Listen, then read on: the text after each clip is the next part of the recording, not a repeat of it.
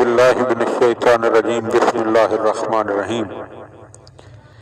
Jazeera खिज़रा के ज़ेर उन्वान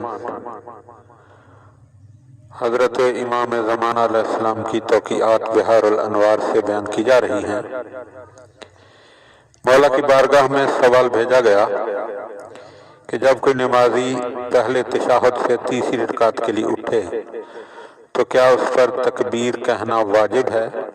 इसलिए कि हमारे बाद असहाब कहते हैं कि इस पर तकबीर वाजिब नहीं, बल्कि उसके लिए जायज़ है कि वो बिहौलिल्लाहि व कुव्वतिही अक़ूमु व अक़उद कह ले। तो आप अलैहिस्सलाम ने जवाब में इरशाद फरमाया। इस सिलसिले में दो रवायतें हैं।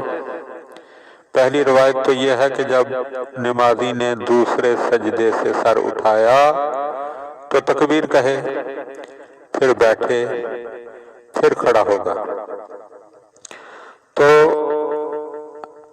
क़ऊद के बाद क़याम के लिए उसको तकबीर कहने की ज़रूरत नहीं है।